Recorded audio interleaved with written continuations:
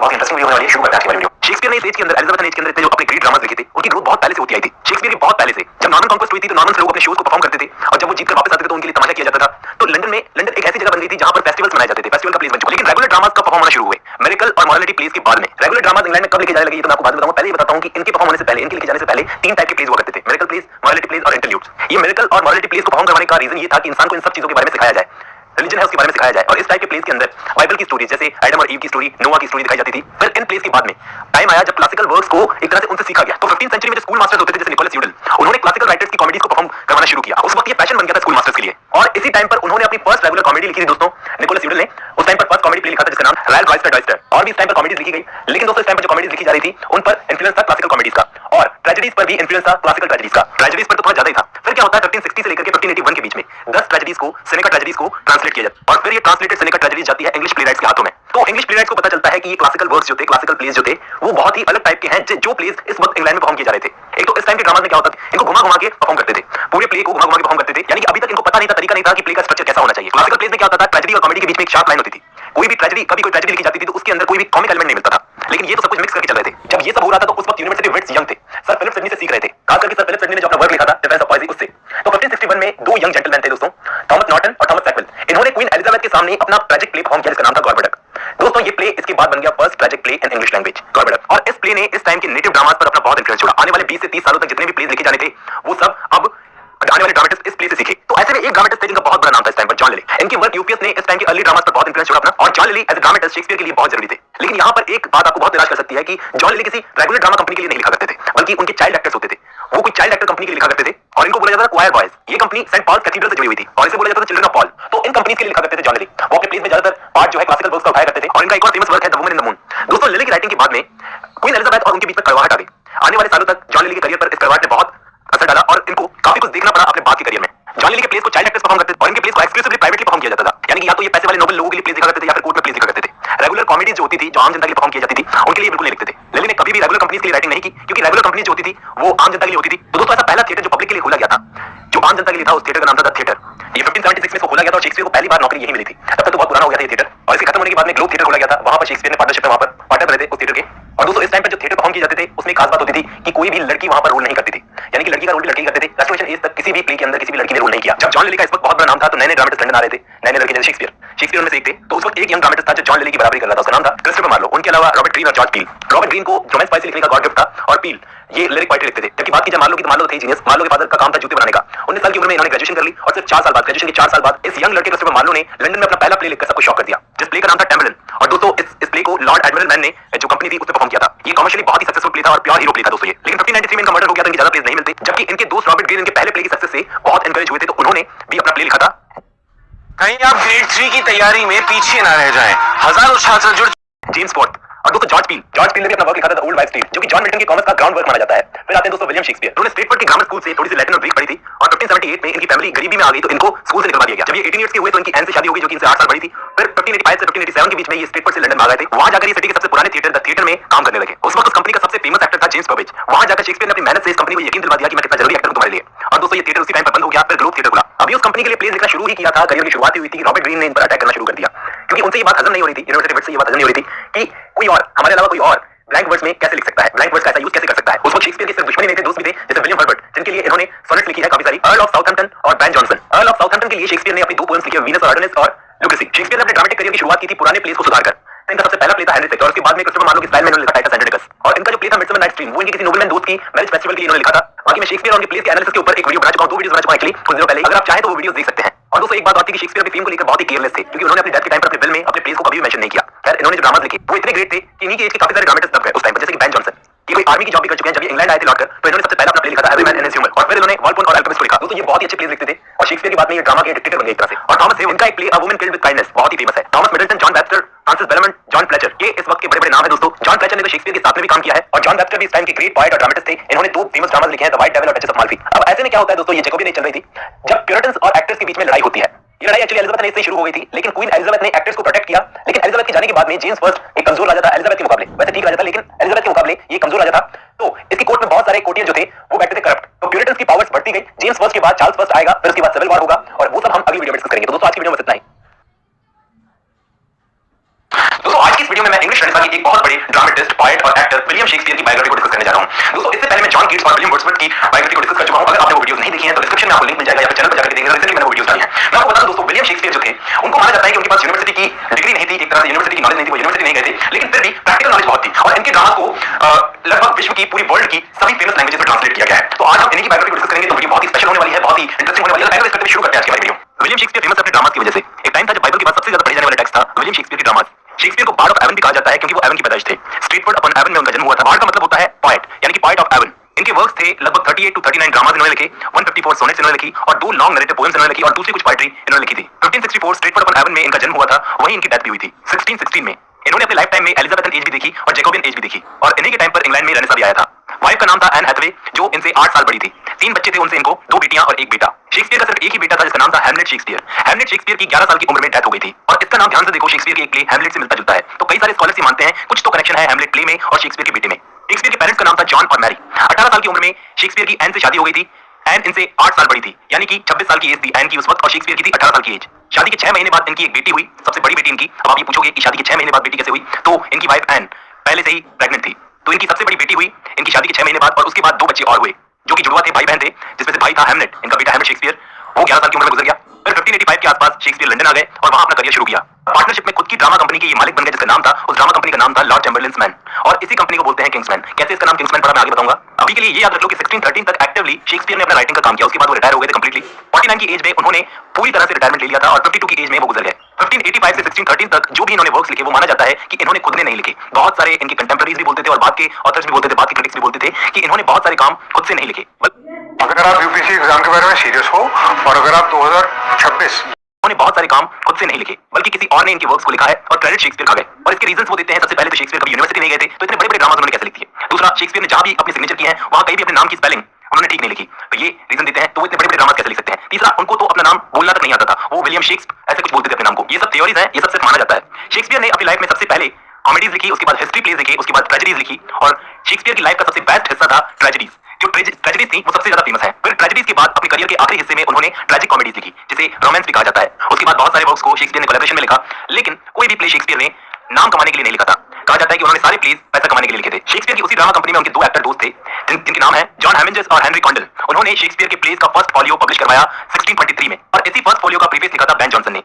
Ben Jonson Shakespeare के एक अच्छे दोस्त थे। उन्होंने शेक्सपियर के लिए प्रीफेस में एक कोटेशन लिखी थी, not for an age but for all time. ये कोटेशन शेक्सपियर के लिए बेन जॉनसन ने लिखी थी उनके फर्स्ट फॉलियो के प्रीफेस के अंदर। शेक्सपियर के फादर एक ग्लव मेकर थे, यानी कि दस्ताने बनाने का काम करते थे और उनकी एजुकेशन हुई थी किंग्स न्यू कॉलेज से, एक ग्रामर स्कूल था ये। वहां पर इनको वो क्या है चैरिटी से चलता था, इसलिए वहां पर इनको एजुकेशन मिली थी किंग्स न्यू स्कूल से। अब दोस्तों यहाँ पे 1582 में जब शेक्सपियर की शादी हो गई और उनके बच्चे हो गए, उसके बाद 1585 से 1592 तक का 7 सालों का ये जो हिसाब है ये कहीं नहीं है। इन सालों को कहा जाता है शेक्सपियर्स लास्ट ईयर्स और कई लोगों का मानना है कि इन 7 सालों के बीच शेक्सपियर अपने घर से भागकर लंदन स्ट्रगल करने के लिए आ गए थे। फिर वो लंदन स्टेज में परफॉर्मेंस देने लगे। 1592 के आसपास उन्होंने लंदन स्टेज में प्लेज लिखे और परफॉर्मेंस दिया और तब जाकर शेक्सपियर का नाम सामने आने लगा। अब उस टाइम पर जो न्यूज़पेपर्स थे उन्होंने शेक्सपियर पर बड़ा अटैक किया, उनके क्रिटिक्स उन पर अटैक करते थे। इतने अटैक होने के बाद में ये चीज तो तय हो गई थी कि ये प्लेराइट लंबी रेस का घोड़ा, ये बहुत आगे जाएगा। और 1594 आते आते इनके प्लेज इनकी खुद की कंपनी परफॉर्म करती थी। इनकी कंपनी हो गई थी जिसका नाम था लॉर्ड चैम्बरलिन्स मैन और 1603 में क्वीन एलिजाबेथ की डेथ हो गई थी। उसके बाद जेम्स फर्स्ट ने इस कंपनी को रॉयल पेटेंट दे दिया और इस कंपनी का नाम बदलकर इस कंपनी का नाम कर दिया किंग्समैन। याद रखना दोस्तों, पहले ये था, इसका नाम था कंपनी का लॉर्ड चैम्बरलिन्स मैन। 1603 में क्वीन एलिजाबेथ की डेथ के बाद में जेम्स फर्स्ट जब इंग्लैंड की गद्दी पर बैठा, उसने इस कंपनी को एक रॉयल पेटेंट दे दिया और उसके बाद इसका नाम बदलकर कर दिया किंग्समैन। और इससे पहले यानी कि 1599 में शेक्सपियर ने टेम्स रिवर के सदर्न हिस्से पर पार्टनरशिप में खुद का थिएटर भी खोल लिया था जिसका नाम था ग्लोब थिएटर। ग्लोब थिएटर किसका थिएटर था? शेक्सपियर का। और शेक्सपियर का थिएटर उस टाइम पर ऐसा थिएटर था जहां पर सब टाइप की ऑडियंस आ सकती थी। जरूरी नहीं था कि कोई अपर क्लास के ही लोग आए वहां पर। उनका मानना था कि भीड़ भीड़ को कहती है, तो वो भीड़ को आने से कभी मना नहीं करते थे। ऐसे ही अपने प्लेस को परफॉर्म करके ग्लोब थिएटर से बहुत सारा पैसा कमाने के बाद में विलियम शेक्सपियर ने लंदन में और स्ट्रेटफोर्ड अपॉन एवन में अपनी प्रॉपर्टीज खरीद ली, बहुत सारी प्रॉपर्टीज खरीद ली और उस टाइम पर जो इन्वेस्ट किया था अपने पैसे को, वो उनकी प्रॉपर्टीज एकदम डबल हो गई। यानी कि जब तक शेक्सपियर रिटायर हुए तब तक बहुत पैसे वाले हो चुके थे। लंदन में ज्यादातर अपनी प्रॉपर्टीज उन्होंने खरीदी थी, लेकिन एक प्रॉपर्टी इन्होंने स्ट्रेटफोर्ड अपॉन एवन में भी खरीदी थी अपने लिए और अपनी फैमिली के लिए। 1610 में शेक्सपियर अपनी पब्लिक लाइफ से रिटायर हो गए। राइटिंग से रिटायर नहीं हुए बल्कि पब्लिक लाइफ से रिटायर हो गए, क्योंकि उस वक्त लंदन में प्लेग फैल गया था। लेकिन पता नहीं इतनी कम उम्र में रिटायरमेंट लेने का फैसला शेक्सपियर का सही था या गलत। खैर फिर भी जब रिटायर हो गए इसके बावजूद वो लंदन आया जाया करते थे अपने दामाद, सबसे बड़े दामाद के पास में, और जॉन फ्लेचर जैसे प्लेराइट्स के साथ मिलकर वो उस वक्त कोलैबोरेशन में लिखते थे अपने राइटिंग्स को। उस वक्त वो अपने बड़े दामाद के साथ में टाइम स्पेंड करते थे और 1613 में उन्होंने अपने राइटिंग का काम पूरा किया, यानी कि अपना लास्ट प्ले कंप्लीट किया। उस प्ले का नाम भी आगे मैं आपको बताऊंगा। और 1613 में उन्होंने अपने राइटिंग करियर से भी रिटायरमेंट ले लिया। फिर वो अपना ज्यादातर टाइम स्ट्रेटफोर्ड अपॉन एवन में अपने घर में गुजारते थे और आने वाले 3 सालों तक उन्होंने वहां पर टाइम गुजारा। 1616 में अप्रैल के महीने में उनकी डेथ हो गई और शेक्सपियर को वहीं के पास के चर्च में एक कब्र में दफनाया गया और उसके ऊपर एक लाइन लिखी हुई है, एक लाइन लिखी हुई है शेक्सपियर की कब्र के ऊपर, जिसका मतलब ये है कि मेरी हड्डियों को हाथ लगाने की जरूरत नहीं है, और अगर किसी ने भी इसको खोदने की या पत्थर को हाथ लगाने की कोशिश की तो उसको शाप लगेगा। हाथ लगाने का मतलब तोड़ने की कोशिश की। ये वो लाइन है। शेक्सपियर का आखिरी प्ले टू नोबल किंग्समैन माना जाता है दोस्तों। और शेक्सपियर हमेशा फैशन को ध्यान में रखकर लिखा करते थे, यानी कि जो चीज ज्यादा चल रही है वही लिखा करते थे। उनके करियर का बेस्ट पार्ट था उनकी ट्रेजेडीज का, जो उन्होंने जैकोबियन एज में लिखी थी। लेकिन फिर भी क्रोनोलॉजिकली उनके प्लेस को अगर आप देखो तो आपको खुद लगेगा कि शेक्सपियर हमेशा फैशन के हिसाब से लिखते थे। फैशन के हिसाब से उन्होंने खुद को चेंज किया था कि किस चीज का ट्रेंड चल रहा है आजकल मार्केट में। उनको एलिजाबेथन ड्रामेटिस्ट जरूर कहा जाता है, लेकिन उन्होंने अपने बेस्ट वर्क्स यानी कि उनकी ट्रेजेडीज जैकोबियन एज में लिखी थी। अब बात की जाए इतनी बिजी लाइफ के अंदर पोएट्री कहां से लिखी शेक्सपियर ने? 1593 से 1594 के आसपास लंदन में प्लेग फैल गया था। उस वक्त थोड़े टाइम के लिए शायद थिएटर्स को क्लोज कर दिया गया था। उस वक्त शेक्सपियर ने पोएट्री लिखी। ये उन 2 वॉल्यूम्स के नाम है जिनको शेक्सपियर ने उस वक्त लिखा था। और इसी बीच अ लवर्स कंप्लेंट को भी शेक्सपियर ने लिखा और इसमें शेक्सपियर की सोनेट्स भी शामिल थी। वो अपनी सोनेट्स को अपनी प्राइवेट डायरी में लिखते थे। पब्लिश करवाना तो दूर की बात है, वो तो ये तक नहीं चाहते थे कि कोई इनको पढ़े। ये जो 154 सोनेट्स है शेक्सपियर की, इन सोनेट्स को डार्क लेडी और फेयर यूथ में बांटा गया है। ड्रामा तो ड्रामा शेक्सपियर अपने पोएटिक वर्क्स की वजह से भी इंग्लिश लिटरेचर में ऑल टाइम फेवरेट है, ऑल टाइम पॉपुलर पोएट बन गए along with Emily Dickinson, Robert Frost and Walt Whitman. इसके अलावा शेक्सपियर ने आयम्बिक पेंटामीटर को भी इन्वेंट किया था, जो आज पोएट्री में सबसे ज्यादा यूज होता है। सबसे पहले शायद शेक्सपियर ने इसका यूज किया था। और अपनी लाइफ टाइम में शेक्सपियर किसी भी कंट्रोवर्सी में नहीं फंसे। उनको कंट्रोवर्सी से डर लगता था। जिंदगी भर उन्हें बस तारीफ मिली और डेथ के बाद भी उनको बस तारीफ मिली। स्पेशली उनको तारीफ मिली रोमांटिक एज के बाद विक्टोरियन एज में। रोमांटिक्स भी उनकी बहुत तारीफ करते थे, जैसे एस्ट्री कॉलरिज जैसे पोएट्स उनकी तारीफ करते नहीं करते थे। कीट्स तो अपनी डेस्क के पास में माना जाता है शेक्सपियर की फोटो रखते थे, एक पोर्ट्रेट रखते थे। पर क्योंकि विक्टोरियंस बहुत ज्यादा शेक्सपियर करते थे, तो जॉर्ज बर्नार्ड शॉ ने 1901 में एक टर्म को कॉइन आउट किया जिसका नाम था बार्डोलेट्री। यहाँ पर ध्यान देना दोस्तों, बार्डोलेट्री एक टर्म है जिसको कॉइन आउट किया था जॉर्ज बर्नार्ड शॉ ने, ये बताने के लिए, ये समझाने के लिए कि शेक्सपियर के अलावा विक्टोरियंस को कुछ और दिखता नहीं है। शेक्सपियर के लिए जॉर्ज बर्नार्ड शॉ ने लिखा है, there is no eminent writer whom I can despise so entirely as I despise Shakespeare when I measure mine against him। And में उन्होंने लिखा है सो मच फॉर बार्डोलेट्री। तो ये बार्डोलेट्री टर्म किसने कॉइन आउट की थी? जॉर्ज बर्नार्ड शॉ ने शेक्सपियर के लिए। 1592 में रॉबर्ट ग्रीन ने पहली बार जैक ऑफ ऑल ट्रेड्स बोलकर शेक्सपियर को क्रिटिसाइज किया था और कहा था कि शेक्सपियर क्रिस्टोफर मार्लो जैसे अपने कंटेम्पररीज की तरह यूनिवर्सिटी एजुकेटेड नहीं है। और उन्हीं के कंटेम्पररी बेन जॉनसन ने पहली बार उनको soul of the age, applause, delight, wonder of our age कहकर उनकी तारीफ की थी। और उनका जो प्ले था हैमलेट, वो एक बहुत ही फेमस स्कैंडिनेवियन फिगर था जिसका नाम था, एक लेजेंड था जिसका नाम था हैमलेट, उसकी कहानी है। और सैमुअल जॉनसन का नाम तो आप सभी ने सुना होगा। सैमुअल जॉनसन ने जो अपनी डिक्शनरी ऑफ इंग्लिश लैंग्वेज को लिखा था, उसमें सबसे ज्यादा कोटेशंस शेक्सपियर की थी। और दोस्तों शेक्सपियर ने इंग्लिश लैंग्वेज को बहुत सारे वर्ड्स दिए हैं, लगभग 17,000 से 29,000 वर्ड्स माना जाता है शेक्सपियर ने दिए हैं। लेकिन ये भी माना जाता है कि शेक्सपियर जाते जाते अपनी वाइफ को अपनी प्रॉपर्टी में एक बैट देकर गए थे। तो दोस्तों आज की वीडियो में बस इतना ही। दोस्तों इससे पहले मैं विलियम शेक्सपियर की पर्सनल लाइफ को डिस्कस कर चुका हूं एक वीडियो में, तो आपसे बहुत सारे व्यूअर्स कहेंगे कि वो वीडियो बना दी तो ये वीडियो क्यों? दोस्तों इसके अंदर मैं विलियम शेक्सपियर की पर्सनल लाइफ नहीं, पिछली वाली वीडियो की तरह जैसे मैंने बताया था, इस वीडियो के अंदर मैं आपको विलियम शेक्सपियर की प्रोफेशनल लाइफ यानी उनके प्लेस में से बहुत कुछ बताऊंगा कि विलियम शेक्सपियर ने अपने प्लेस लिखने के लिए कहां से सोर्स जमा किए थे। दोस्तों बहुत ही कम जानकारी उपलब्ध है आपके लिए इंटरनेट पर या फिर कहीं पे भी, तो बहुत कुछ नया जानने को मिलेगा। मैं कोशिश करूंगा कि पिछली वाली वीडियो की तरह कुछ भी इस वीडियो में सिमिलर ना हो, कुछ नया ही आपको बनते रहते हैं, तो इनके बारे में सब चीजें हमको पता होनी चाहिए। तो ये वीडियो बहुत इंटरेस्टिंग होने वाली है। शुरू करते हैं आज की हमारी वीडियो। शेक्सपियर ने दोस्तों यूनिवर्सल थीम हासिल की है, बहुत सारी लैंग्वेजेस में उनके प्लेस को ट्रांसलेट किया गया है, बहुत सारे फिल्म प्रोड्यूसर्स और डायरेक्टर्स ने उनके प्लेस पर फिल्में बनाई है। और आने वाले राइटर्स जैसे Charles Dickens, Bertolt bract, William Faulkner और टॉम स्टॉपार्ड जैसे राइटर्स ने शेक्सपियर के प्लॉट्स, कैरेक्टर्स, पोएट्री और कोटेशंस से बहुत इंस्पायर हुए और इन्होंने भी कोशिश की कि हम लोग शेक्सपियर जैसा लिखकर अपनी एज को बेस्ट बनाएं। शेक्सपियर के वर्क्स को एक आम आदमी भी पसंद करता था और एक पढ़ा लिखा स्कॉलर भी। इनकी पॉपुलैरिटी का अंदाजा हम इसी बात से लगा सकते हैं कि डेली यूज में हम शेक्सपियर की कितनी सारी कोटेशंस बोल देते हैं और हमको पता भी नहीं चलता। जैसे हर चमकती हुई चीज सोना नहीं होती, या फिर मैंने कभी किसी से कुछ एक्सपेक्ट नहीं किया क्योंकि मुझे पता है कि एक्सपेक्टेशंस हर्ट करती है। तो ऐसी बहुत सारी कोटेशंस हम डेली यूज में भूल जाते हैं और हमको पता नहीं होता कि शेक्सपियर ने इन कोटेशंस को लिखा था। तो बहुत सारे वर्ड्स को शेक्सपियर ने ढूंढा इंग्लिश लैंग्वेज के अंदर। लेकिन क्या आपको पता है कि शेक्सपियर ने इतना सब कुछ कहां से उठाया, कहां से लिया, इतना सब कुछ मटेरियल कहां से उठाया? जब शेक्सपियर एक बहुत पॉपुलर राइटर बन चुके थे, तब भी वो अपने वर्क्स में क्लासिकल वर्क्स की चीजों को शामिल करते रहते थे। जैसे ग्रीक और रोमन प्लेराइट्स होते थे, उनके वर्क्स में से मटेरियल उठाते थे। उस वक्त क्लासिकल वर्क्स का जो भी ट्रांसलेशन होता था, उसमें से शेक्सपियर अपने काम की चीज उठाते थे अपने प्ले के लिए। जैसे हैमलेट प्ले, आपने तो बहुत सारे व्यूअर्स ने सुना होगा कि हैमलेट एक रिवेंज ट्रेजेडी है। बहुत से लोगों ने आपको बताया होगा कि इसके अंदर उसके फादर का भूत आता है, हैमलेट के फादर का भूत आता है और बड़े-बड़े बम्बास्टिक डायलॉग्स इसमें मारे जाते हैं और बहुत सारे गॉथिक एलिमेंट्स हैं इसके अंदर, इस प्ले के अंदर। लेकिन शेक्सपियर ने ये रिवेंज ट्रेजेडी की थीम कहां से उठाई? तो फर्स्ट सेंचुरी सीई के आसपास एक रोमन प्लेराइट थे जिसका नाम था सेनेका। सेनेका के प्लेस में से उठाई है ये रिवेंज ट्रेजेडी की थीम।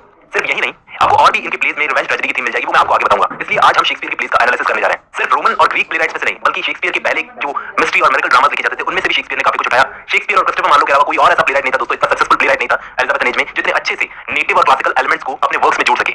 सिर्फ शेक्सपियर और क्रिस्टोफर मार्लो ही ऐसा काम कर सकते थे उस टाइम पर, माना जाता है। शेक्सपियर तो अपने वर्क्स को इस तरह से लिखते थे कि वेस्टर्न्स के लिए वो चीज फैमिलियर हो, मतलब ओथेलो की जेलसी, किंग लियर का पागलपन, मैकबेथ की एम्बिशन और रोमियो जूलियट का स्टार कास्ट लव और शाइलॉक का पत्थर दिल, शाइलॉक कौन? मर्चेंट ऑफ वेनिस वाला। ये सब चीजें वेस्टर्न कल्चर के लिए एलिजाबेथन टाइम पर फैमिलियर थी।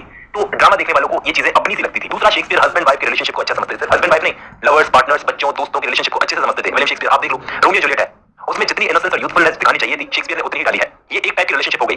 सिर्फ पार्टनर्स में या लवर्स में इसी टाइप की रिलेशनशिप नहीं होती कि दोनों एक समान प्यार करें दोनों को, बल्कि मैकबेथ में देखो उसके अंदर एक पार्टनर दूसरे पार्टनर पर अपना कंट्रोल रख रहा है। मेरे कहने का मतलब है लेडी मैकबेथ ने अपने हस्बैंड मैकबेथ पर कैसे कंट्रोल कर रखा था, उसकी सोचने समझने की बिहेवियर पर भी। ओथेलो में जो रिलेशनशिप है उसमें बताया गया है कि एक ऑफिसर का दिमाग जेलसी के चलते कैसे फिर सकता है और वो क्या क्या कर सकता है। तो इनके प्लेस स्पेशल इसलिए हैं क्योंकि इनके प्लेस के अंदर ट्रेजेडीज के अंदर आप कैरेक्टर्स की इमोशनल रेंज को देखो, उनकी ऐसी इमोशनल रेंज थी उनके कैरेक्टर्स की जिनकी बराबरी आने वाला कोई ड्रामेटिस्ट नहीं कर सका। दूसरा, कैरेक्टर्स के एक्शंस के साथ में पोएट्री जो बोली जाती थी वो कभी भुलाई नहीं जा सकती, यानी कि एक्शंस के साथ साथ पोएट्री को देखकर ऐसा लगता था कि इससे बेहतर डायलॉग यहाँ पर नहीं हो सकता बोलने के लिए। शेक्सपियर का सिर्फ एक ही पर्पस होता था कि बस पब्लिक को एंटरटेन करना है, दूसरा खुद को टाइम के साथ अपडेट करते रहना है, एक कदम आगे ही रहना है अपडेट करने में, पीछे नहीं रहना, और प्लेस में सबको मजा आए, आम जनता को भी और इंटेलेक्चुअल्स को भी। वो कैसे? तो शेक्सपियर अपने प्लेस को लिखते हुए अपने नेचर के दो पार्ट्स को अपने प्लेस के अंदर रखते थे। पहला पार्ट तो उनकी अपनी इंटेलेक्चुअल क्यूरियोसिटी, यानी कि प्लेस में समझदारी वाली बातें, समझदारी वाली कोटेशंस, यानी कि ऐसा कुछ जो इंटेलेक्चुअल लोगों को पसंद आए। ऑन द अदर हैंड वो रिफ्लेक्ट करते थे अपना मिडिल क्लास बैकग्राउंड, ताकि आम जनता को वो चीज पसंद आए। अगर उनके दो एक्टर दोस्तों ने उनके वर्क्स को फर्स्ट फोलियो में पब्लिश नहीं करवाया होता तो ऑफ कोर्स आज शेक्सपियर आज हम जानते हैं वो नहीं होता। गुमनामी में ही उनके प्लेस खत्म हो जाते। दूसरा, लैंग्वेज के साथ शेक्सपियर अच्छा गेम खेलते थे, जैसे आज के स्टूडेंट्स के लिए समझ पाना थोड़ा सा मुश्किल है, लेकिन उनके प्लेस का मकसद साफ होता था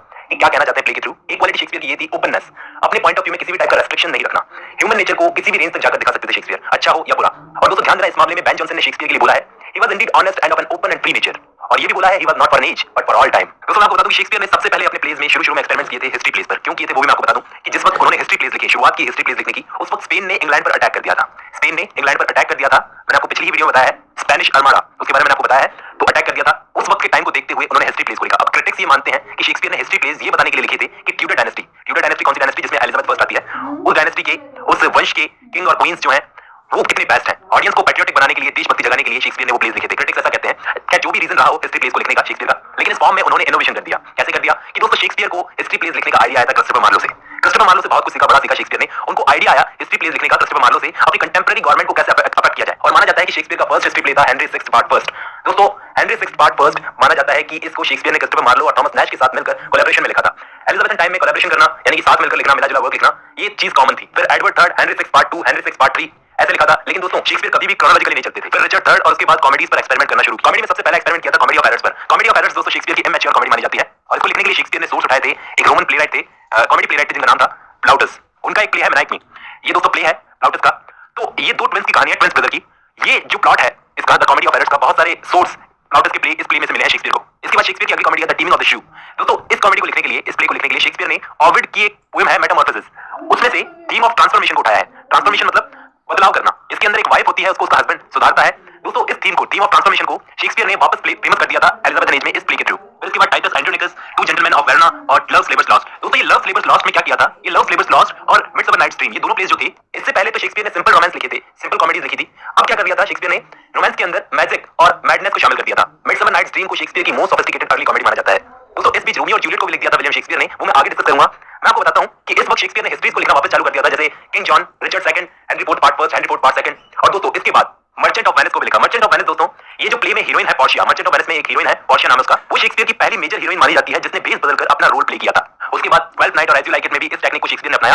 ट्वेल्थ नाइट और as you like it Shakespeare के सबसे ज्यादा कॉमेडी प्लेस माने जाते हैं दोस्तों। इनमें भी आप देखोगे कहानियों की मेन हीरोइंस अपना बेस बदल लेती है। ट्वेल्थ नाइट में शेक्सपियर ने कॉमेडी ऑफ एरर्स के कुछ एलिमेंट्स उठाए हैं, जैसे दो जुड़वा सिबलिंग्स होते हैं आपस में जो शिपरैक के दौरान बिछड़ जाते हैं। फिर the merry wives of Windsor. दोस्तों मैं आपको बताऊं कि इस प्ले को एक इंटरल्यूड माना जाता है। इंटरल्यूड का मतलब मैंने आपको बताया था कुछ दिन पहले हिस्ट्री ऑफ इंग्लिश लिटरेचर की वीडियो में कि इंटरल्यूड क्या होते हैं। फिर all well that ends well और मेजर फॉर मेजर। दोस्तों ये दोनों प्लेस जो थे ये शेक्सपियर ने तब लिखे थे जब शेक्सपियर अपनी ट्रेजेडीज को भी इनके साथ में लिख रहे थे। यानी कि ये प्लेस लिखते लिखते शेक्सपियर ने ट्रेजेडीज भी लिखना शुरू कर दिया था अपनी। इसलिए कुछ क्रिटिक्स ने इन दोनों प्लेस को डार्क कॉमेडीज कहा है, प्रॉब्लम प्लेस कहा है। अब मेजर फॉर मेजर को देख लो, इसको कॉमेडी जरूर कहा जाता है, डार्क कॉमेडी, लेकिन इसमें तो कोई किसी टाइप का ह्यूमर नहीं है। ये प्ले बताता है कुछ सीरियस क्वेश्चंस को, इसलिए इसे डार्क कॉमेडी कहा जाता है। फिर इसके बाद दोस्तों ट्रेजेडीज। इस प्ले को लिखने के बाद में, मेजर फॉर मेजर को लिखने के बाद में शेक्सपियर 4 सालों बाद तक अपनी ट्रेजेडीज को लिखने में बिजी हो गए और फिर उन्होंने लिखा टाइटस एंड्रोनिकस को। दोस्तों ये प्ले जो है टाइटस एंड्रोनिकस, इसका प्लॉट शेक्सपियर ने ओविड से लिया है। दोस्तों ये एक रोमन पोएट थे ओविड, और ये शेक्सपियर के सबसे फेवरेट पोएट थे। इनके अलावा एक दूसरे प्लेराइट, दूसरे पोएट, मैंने सेनेका का नाम आपको बताया था, इनका नाम भी याद रखना दोस्तों। ये प्लेराइट थे, इनके लगभग 10 प्लेस को 1559 में इंग्लिश में ट्रांसलेट किया गया था। उनको पढ़कर शेक्सपियर ने अपनी रिवेंज की थीम को लिया अपने प्लेस के लिए, सेनेका के प्लेस से। फिर रोमियो जूलियट, जूलियस सीजर, एक बुक थी प्यूटार्स लाइव्स, वहां से शेक्सपियर ने जूलियस सीजर के लिए सोर्स जमा की। दोस्तों मैंने आपको बताया था कि रिवेंज की थीम को हैमलेट के अंदर यूज किया है शेक्सपियर ने, और जूलियस सीजर के अंदर भी रिवेंज की थीम को यूज किया है। इसके बाद में हैमलेट, प्रिंस ऑफ डेनमार्क को लिखा था,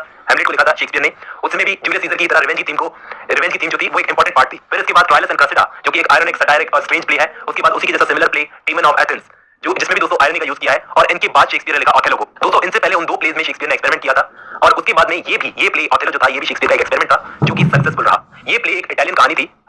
Sia, get ready for freshers.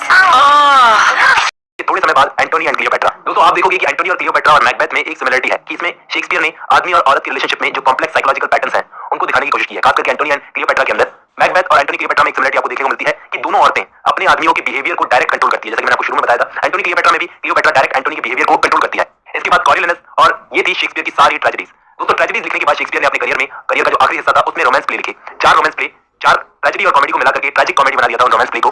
उनमें नाम है पेरिक्लीस, सिम्पलन, द विंटर्स टेल और द टेम्पेस्ट। ये चारों प्लेस जो थे दोस्तों, स्पेशली इन प्लेस के अंदर, चारों प्लेस के अंदर शेक्सपियर ने बाप बेटियों की कहानियां बताई है, स्पेशली उन बाप बेटियों की जो बिछड़ जाते हैं। इनमें से 3 प्लेस ऐसे हैं, ये शुरुआती 3 प्लेस ऐसे हैं जिनमें बेटियां अपने बाप से बिछड़ जाती है, अपने फादर से बिछड़ जाती है और वापस में वो लोग मिल जाते हैं। दोस्तों लास्ट वाला प्ले द टेम्पेस्ट को छोड़कर ऐसा होता है। टेम्पेस्ट इन चारों में से एकमात्र ऐसा प्ले है जिसमें फादर और बेटी साथ में रहते हैं। ये प्ले शेक्सपियर का खुद से एक्टिवली लिखा हुआ आखिरी प्ले है। इस प्ले को खत्म करते करते प्रॉस्पेरो का एक डायलॉग है जो शेक्सपियर ने लिखा है। एक स्पीच दी थी प्रॉस्पेरो ने, अवर राइवल्स नाउ आर एंडेड, यानी हिंदी में इसका मतलब है हमारा आनंद, हमारी रंगलिया जो है वो खत्म हुई।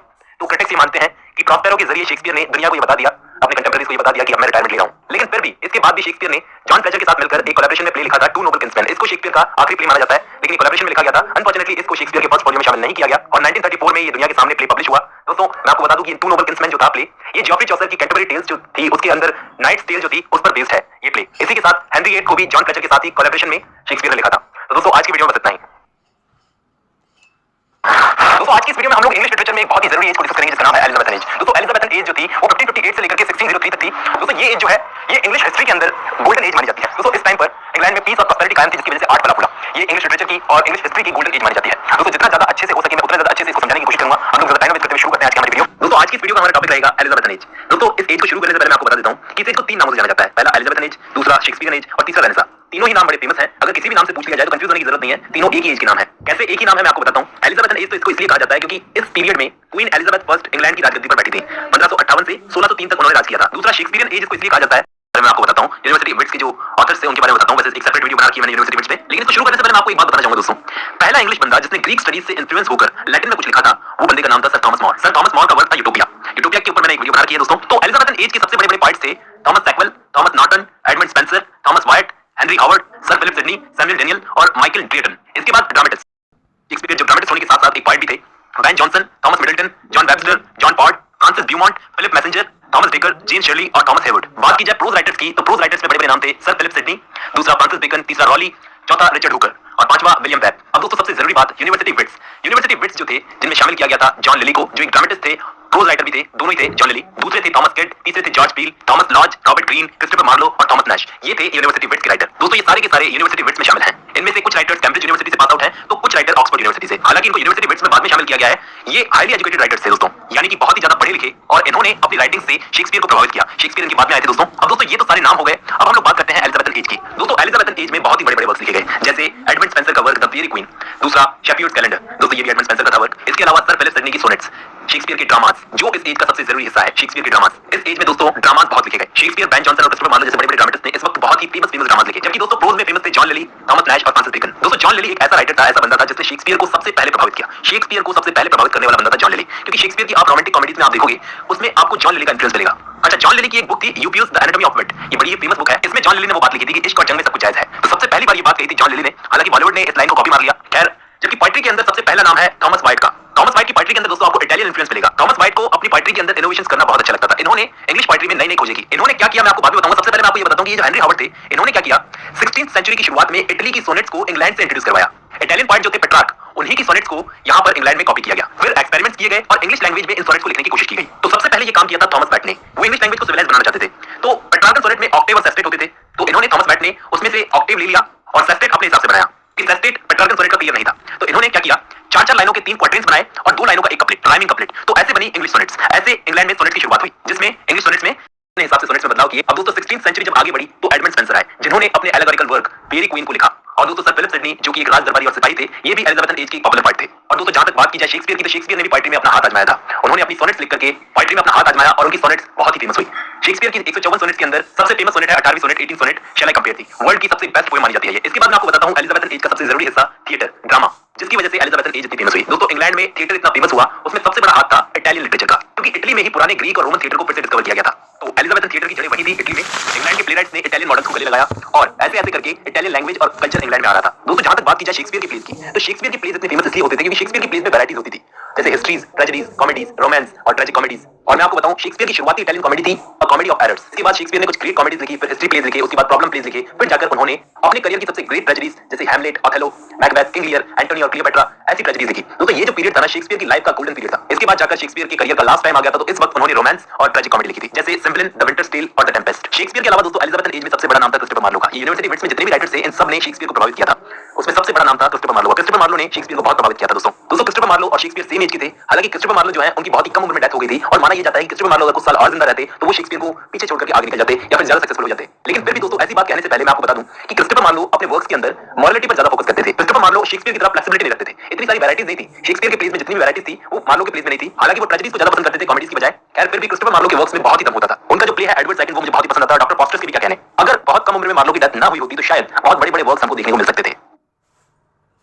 कहीं आप ग्रेड 3 की तैयारी में पीछे ना रह जाए, जहां लाखों बच्चे देखने को मिल सकते थे। एक और एलिजाबेथन एज के बड़े ड्रामेटिस्ट थे जिनका नाम था थॉमस डेकर, जो अपने famous work the shoe makers holiday के लिए जाने जाते हैं। दोस्तों थॉमस डेकर रियलिस्टिक प्लेस लिखते थे, यानी कि गरीबों के ऊपर ज्यादा लिखना पसंद करते थे। गरीबों को जैसे लंदन में दबाया जाता था उनके प्रति सिंपैथी रखते थे तो उसी पर ही लिखा करते थे। इसके अलावा रॉबर्ट ग्रीन भी एक बहुत ही फेमस ड्रामेटिस्ट थे उस टाइम के, जो शेक्सपियर पे बहुत अटैक किया करते थे। दोस्तों एक बात आपको और बताऊं कि एलिजाबेथन एज में जो पहले ड्रामास लिखे जाते थे वो ब्लैंक वर्ड्स में लिखे जाते थे। इसी टाइम पर ब्लैंक वर्ड्स को खोजा गया था, जिसको विलियम शेक्सपियर और क्रिस्टोफर मार्लो ने अपने ड्रामास में बहुत ज्यादा यूज किया है। वो जो ब्लैंक वर्ड्स में ड्रामास लिखे जाते थे क्वीन एलिजाबेथ के सामने परफॉर्म किए जाते थे। क्वीन एलिजाबेथ को इनवाइट करती थी प्लेराइट्स को। क्वीन एलिजाबेथ खुद एक बहुत अच्छी डांसर थी, एक टैलेंटेड म्यूजिशियन थी, शायद इसलिए उन्होंने आर्ट को इतना सपोर्ट किया। और दोस्तों यहाँ पे एक बात गौर करने वाली है कि एलिजाबेथन एज में ही क्यों लिटरेचर ने इतनी ग्रोथ की। और भी पीरियड आए थे इससे पहले भी और इसके बाद में भी, लेकिन एलिजाबेथन एज में ही क्यों इतनी ग्रोथ हुई? क्योंकि दोस्तों इस टाइम पर एलिजाबेथ ने अच्छा रूल किया था। उन्होंने इंग्लैंड में शांति कायम की, कैथोलिक्स और प्रोटेस्टेंट जो थे उनके बीच में शांति कायम की। और इस टाइम के 5 बड़े ऑथर्स थे जिनकी वजह से ये एज गोल्डन एज बनी, जिसमें थे Edmund Spenser, sir Philip Sidney, Christopher Marlowe, William Shakespeare और बेन जॉनसन। और आने वाले बड़े बड़े पोएट्स और ऑथर्स और ड्रामेटिस्ट पर इन्होंने अपना इन्फ्लुएंस छोड़ा था। जैसे एडमंड स्पेंसर ने अपना सबसे ज्यादा इन्फ्लुएंस छोड़ा था जॉन मिल्टन पर। 20th सेंचुरी के सबसे बड़े पोएट टी.एस. एलियट ने भी इस एज से बहुत कुछ सीखा। वो इस एज को बहुत ही ग्रेट समझते थे और उन्होंने कोशिश की कि मॉडर्न लोग फिर से इन पॉइंट्स को याद करें।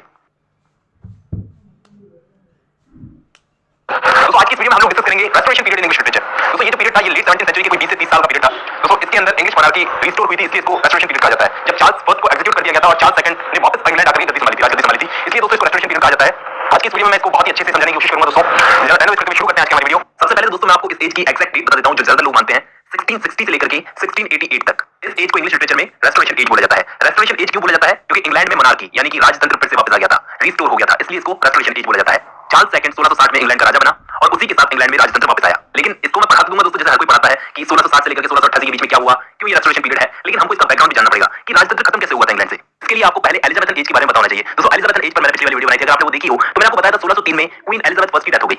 उसके बाद एलिजाबेथ फर्स्ट की डेथ के बाद में इंग्लैंड में 1603 से लेकर के 1625 तक जेम्स फर्स्ट राजा बन गया। जेम्स फर्स्ट के राज को कहा जाता है जैकोबियन एज। और दोस्तों इस एज में जैकोबियन एज में शेक्सपियर ने बड़े बड़े प्लेस लिखे, यानी कि ये शेक्सपियर के लिए बहुत ही अच्छी एज थी। इसी टाइम पर शेक्सपियर के बड़े बड़े प्लेस आए, यानी कि ट्रेजेडीज आई, और इसके बाद इसी टाइम पर शेक्सपियर का करियर भी खत्म हो गया और 1616 में शेक्सपियर की डेथ हो गई। शेक्सपियर की डेथ के बाद में दोस्तों ड्रामा में सबसे बड़ा नाम रह गया बेन जॉनसन का। इसके बाद में बहुत से लोगों ने जॉनसन की कॉमेडी के स्टाइल को कॉपी किया, उससे सीखा। अब दोस्तों 1625 में ये जैकोबियन एज खत्म हो गई। इसके बाद जेम्स फर्स्ट का घमंडी बेटा चार्ल्स फर्स्ट इंग्लैंड का राजा बना, उसके बारे में भी मैं आपको बताऊंगा। लेकिन पहले मैं आपको ये बता देता हूं कि जैकोबियन एज जब खत्म हुई तो इंग्लिश लिटरेचर में लेट रेनेसा चल रहा था। ये लेट रेनेसा 1625 से 1660 तक चला। लेट रेनेसा बोले तो इस वक्त मेटाफिजिकल पोएट्स आ चुके थे, जैसे जॉन डन और जॉर्ज हर्बर्ट। ये दोनों जने शुरुआती मेटाफिजिकल पोएट्स थे। इनके बाद में इन्हीं की सेकंड जनरेशन आई, सेकंड जनरेशन की मेटाफिजिकल पोएट्स, जिनके नाम थे रिचर्ड क्रैशो, एंड्रयू मार्वेल और हेनरी वन। अब दोस्तों चार्ल्स फर्स्ट जब इंग्लैंड का राजा था तो उस वक्त इंग्लैंड में एक घटना हुई, सिविल वॉर हुआ इंग्लैंड में, क्योंकि ये बहुत ही घमंडी था और इसके स्वभाव को पब्लिक पसंद नहीं करती थी। तो इंग्लैंड में 1642 से लेकर के 1651 तक सिविल वॉर हो गया और इस बीच 1649 में 1649 में चार्ल्स फर्स्ट को मार दिया गया। यहाँ दोस्तों एक बात और नोट कर लो कि कुछ पॉइंट्स ऐसे भी थे जो चार्ल्स फर्स्ट को सपोर्ट करते थे, जिनको कैवेलियर पॉइंट्स बोला जाता था। अब दोस्तों ये कैवेलियर पॉइंट्स क्यों चार्ल्स फर्स्ट को इतना सपोर्ट करते थे? क्योंकि ये खुद भी ऊंची क्लास के थे और कुछ तो इनमें से चार्ल्स फर्स्ट के दरबारी भी थे। अब दोस्तों इस वक्त एक चीज और ध्यान रखना, रेनेसा खत्म हो रहा था। रेनेसा इस वक्त खत्म हो रहा था और इस खत्म होते रेनेसा के सबसे ग्रेट पॉइंट थे जॉन मिल्टन। तो दोस्तों इंग्लैंड में चार्ल्स फर्स्ट को 1649 में एग्जीक्यूट कर दिया गया और फिर इंग्लैंड में कोई ऐसा राजा नहीं था, तब इसको इंग्लैंड से भगा दिया गया था। लेकिन ये फ्रांस में था तो इसको वापस बुलाया गया। ये वापस इंग्लैंड आया 1660 में और इंग्लैंड में वापस राजपाट लाया, मोनार्की लाया और मोनार्की यहाँ पे रिस्टोर हुई 1660 में। तो इसी को हम रेस्टोरेशन पीरियड कहते हैं। यहाँ सही अपन इसकी दोस्तों पता होनी चाहिए, तभी जाकर के आगे की कहानी समझ में आएगी। अब दोस्तों चार्ल्स सेकंड अपने फादर चार्ल्स फर्स्ट जैसा नहीं था, वो थोड़ा अलग था, वो बहुत अलग था। क्योंकि चार्ल्स फर्स्ट बहुत घमंडी था, चार्ल्स सेकंड जो था वो लिटरेचर में इंटरेस्ट रखता था, वो थिएटर में इंटरेस्ट रखता था, वो फ्रांस से बहुत कुछ लाया। सबसे बड़ी चीज तो लिटरेचर में वो नयापन लाया। यहाँ इंग्लैंड में प्यूरिटन्स के टाइम पर थिएटर 18 सालों के लिए बंद हो गए थे, इसने उन थिएटर्स को वापस खुलवाया। सबसे पहला काम तो इसने क्या किया, थिएटर्स खुलवाने का। लेकिन इसी के साथ ये दोस्तों अय्याश भी बहुत था। दोस्तों पॉलिटिक्स के बारे में मैंने आपको बहुत बता दिया, अब मैं लिटरेचर की बात करता हूँ। दोस्तों लेट रेनेसा की ग्रेट पोएट थे जॉन मिल्टन। भले ही वो लेट रेनेसा से बिलोंग करते थे, लेकिन वो रेस्टोरेशन पीरियड से बिलोंग करते थे, क्योंकि उनके ग्रेट वर्क्स जैसे पैराडाइज लॉस्ट वो रेस्टोरेशन पीरियड में ही पब्लिश हुए थे। दोस्तों जॉन मिल्टन रिलीजन पर भी लिखते थे और पॉलिटिक्स पर भी, लेकिन क्योंकि जॉन मिल्टन एक प्यूरिटन थे और वो राजतंत्र के खिलाफ थे तो इनको भाग भाग कर छुप छुप कर अपनी जिंदगी जीनी पड़ी थी। और उसी पीरियड में इन्होंने पैराडाइज लॉस्ट भी लिखी थी और दोस्तों उसी पीरियड में इनकी आंखों की रोशनी भी चली गई थी, लेकिन बाद में इनको माफ कर दिया गया। मैंने पहले भी ये बात डिस्कस की है इनकी पोएम ऑन हिज ब्लाइंडनेस में। दोस्तों ऐसे में एक और रिलीजियस पोएट थे इस वक्त के बहुत बड़े, जिनका नाम है जॉन बनियन, जिन्होंने अपनी एक रिलीजियस नोवेल लिखी थी द पिलग्रिम्स प्रोग्रेस। इसकी डिमांड आप में से बहुत सारे व्यूअर्स कर रहे हैं कि इस पर एक वीडियो बननी चाहिए द पिलग्रिम्स प्रोग्रेस पर। दोस्तों ये इसी टाइम पर लिखी गई थी, इसी रेस्टोरेशन एज में। अब दोस्तों ये सब तो ठीक है, लेकिन अब मैं बहुत ही जरूरी बात करने जा रहा हूं। रेस्टोरेशन पीरियड में इंग्लैंड का किंग था चार्ल्स सेकंड, लेकिन लिटरेचर का किंग था जॉन ड्राइडन। जॉन ड्राइडन का दोस्तों बाकी सारे ऑथर्स से सबसे बड़ा नाम था। जॉन ड्राइडन एक पोएट, लिटरेरी क्रिटिक और प्लेराइट थे। इन्होंने पूरे रेस्टोरेशन पीरियड की लिटरेचर को डोमिनेट किया, उस पर राज किया था इस पीरियड में और बड़े बड़े वर्क्स लिखकर। तो इस एज को ध्यान रखना, एज ऑफ ड्राइडन भी कहते हैं, एज ऑफ ड्राइडन भी बोला जाता है इस एज को। और दोस्तों ड्राइडन इस टाइम पर पोएट्री में हीरोइक कपलेट लाए थे, जिसका बाद में अलेक्जेंडर पोप ने यूज किया था। ड्राइडन एक्चुअली सैटारिक वर्क ज्यादा लिखते थे। इनका एक फेमस वर्क है मैक प्लैकनो, दोस्तों आपने इसका नाम सुना होगा। जॉन ड्राइडन से अलेक्जेंडर पोप बहुत प्रभावित हुए। मैं पहले पोप वाली एक वीडियो बना चुका हूं, अलेक्जेंडर पोप वाली, उस वीडियो में मैंने ये सब डिस्कस किया था। दोस्तों इसके अलावा इस टाइम पर एक बहुत बड़े फिलोसोफर थे जॉन लॉक, वो अपने पॉलिटिकल वर्क्स लिखते थे। ध्यान देना, जॉन लॉक से ही प्रभावित होकर अमेरिकन रेवोल्यूशन हुआ था। आप में से किसी भी व्यूअर ने अगर पॉलिटिकल साइंस पढ़ी होगी तो जॉन लॉक का नाम आपने जरूर सुना होगा। दोस्तों अब मैं आपको बताता हूं इस टाइम के 5 लीडिंग ऑथर्स के नाम। 5 लीडिंग ऑथर्स में सबसे पहले जॉन ड्राइडन। जॉन ड्राइडन इस एज के मोस्ट इंपोर्टेंट लिटरेरी फिगर। ध्यान रखना ये हीरोइक कपलेट लाए थे पोएट्री के अंदर, जिसे आगे पोप ने यूज किया, अलेक्जेंडर पोप ने यूज किया, और इन्होंने ही इस टाइम पर लिटरेचर में सटायर को एस्टैब्लिश किया। दूसरे थे दोस्तों विलियम कॉन्ग्रीव, जो इस एज के बहुत बड़े प्लेराइट थे और इसी के साथ ही ड्राइडन के चेले भी थे, अपनी कॉमेडीज लिखते थे। दोस्तों मैं आपको एक बात और बता दूं कि इस एज में जाकर के सेक्स पर बात करना कॉमन हो गया था, प्यूरिटन्स के टाइम पर नहीं कर सकते थे, ये कॉमेडीज लिखते थे। जैसे इनका एक प्ले मैं डिस्कस कर चुका हूं, लव फॉर लव और वे ऑफ द वर्ल्ड। तीसरे लीडिंग ऑथर थे जॉन मिल्टन। दोस्तों जॉन मिल्टन क्योंकि एक प्यूरिटन थे तो रेस्टोरेशन पीरियड में ये इतने पॉपुलर नहीं रहे, लेकिन बाद में मैं एक बात बोलता हूं कि नाम नहीं इंसान का काम बोलता है। लोग इनको बाद में पहचान गए कि ये कितने जीनियस थे। इनका जो वर्क है पैराडाइज लॉस्ट, वो आपको बहुत सारे सिलेबस में मिलेगा। इनकी लैंग्वेज ऐसी थी कि आने वाले पॉइंट्स ने इनसे इंस्पिरेशन ली और वो इनको जीनियस बोलते थे। चौथे दोस्तों विलियम वाइचरली, जो फ्रांस में रहे थे और फ्रांस के लिटरेचर से बड़े प्रभावित थे, और दोस्तों ये प्ले लिखने के पीछे इतने पागल थे, मतलब एकदम समर्पित थे। दोस्तों ये रेस्टोरेशन एज के मोस्ट इंपोर्टेंट प्लेराइट्स में से एक है और इन्होंने भी कॉमेडी ऑफ मैनर्स पर ज्यादा फोकस किया। अब दोस्तों इनके दो सबसे फेमस प्लेज हैं, द कंट्री वाइफ और द प्लेन डीलर। आज भी दोस्तों सबसे जरूरी ऑथर एफ्रा बेन। दोस्तों ये बड़ी स्पेशल है क्योंकि पहली प्रोफेशनल वुमेन राइटर मानी जाती है ये इंग्लिश लिटरेचर में। इन्होंने ब्रिटिश गवर्नमेंट के लिए जासूस का काम भी किया है और ये एक प्लेराइट भी थी। इन्होंने द रोवर नाम की फेमस कॉमेडी को लिखा है और इनकी एक बहुत ही फेमस नोवेल भी है जिसका नाम है ओरोनोको। कवर करेंगे कभी इसको भी। तो ये कुछ 5 बड़े नाम थे रेस्टोरेशन लिटरेचर के। अब दोस्तों इस एज में क्या क्या हुआ था, बहुत ही जरूरी बात है। इस एज में comedy of manners, satire, heroic couplet, social life, politics, faith, restoration of monarchy हुई थी और रीओपनिंग ऑफ थिएटर्स और फ्रेंच लिटरेचर इंग्लैंड में आया था। ये कुछ बड़े बड़े काम हुए थे। दोस्तों ये रेस्टोरेशन पीरियड 1688 तक रहा क्योंकि चार्ल्स सेकंड की 1685 में डेथ हो गई थी। फिर उनका कोई भी जायज बेटा नहीं था तो उनका एक भाई था जेम्स सेकंड, वो राजा बन गया। अब वो राजा बना तो हालांकि पब्लिक इसको भी पसंद नहीं करती थी क्योंकि ये एक रोमन कैथोलिक था और कट्टर आदमी था। ये लास्ट रोमन कैथोलिक मनार्क था इंग्लैंड का। 1685 में गद्दी पर बैठा, लेकिन 1688 में इसको हटा दिया गया। या फिर हम ये कह लें कि ये खुद ही हट गया क्योंकि ये खुद कट्टर था, कैथोलिक था, तो इसने क्या किया, प्रोटेस्टेंट्स पर जुल्म करने शुरू कर दिए। तो इसकी बेटी मैरी और इसका दामाद था विलियम ऑफ ऑरेंज, वो प्रोटेस्टेंट थे खुद दोनों, तो उनकी मदद से, उनके दम पर इसको हटाया गया। ये खुद अपना पद छोड़कर फ्रांस भाग गया था। और दोस्तों इसे ही इंग्लैंड की गौरवपूर्ण क्रांति कहा जाता है जिसमें खून का एक कतरा भी नहीं बहा था और सत्ता बदल गई। और दोस्तों ज्यादातर पढ़े लिखे लोग, ज्यादातर स्कॉलर्स यही मानते हैं कि 1688 में जब जेम्स सेकंड ने अपना पद खुद से छोड़ दिया था तब से ही रेस्टोरेशन एज खत्म हो गई। दोस्तों एक बात और बता देता हूं वीडियो खत्म करते हुए, क्योंकि ये खुद रोमन कैथोलिक था तो ये प्रोटेस्टेंट्स पर जुल्म करता था। तो उस वक्त 1688 में ही इसका एक बेटा पैदा हुआ। तो जनता ये बात अच्छे से समझ गई, वो जानती थी कि उनको अब इस जेम्स सेकंड के बाद में कोई और रोमन कैथोलिक राजा नहीं चाहिए, तो उन्होंने खुद इसको हटाने की मांग की। और दोस्तों ये फ्रांस भाग गया, इसके बाद रेस्टोरेशन एज खत्म हुई। इसके आगे की एज भी डिस्कस करेंगे, आज की वीडियो में बस इतना ही। Goodbye, friends. Hello, smooth hair. Did you know optic interest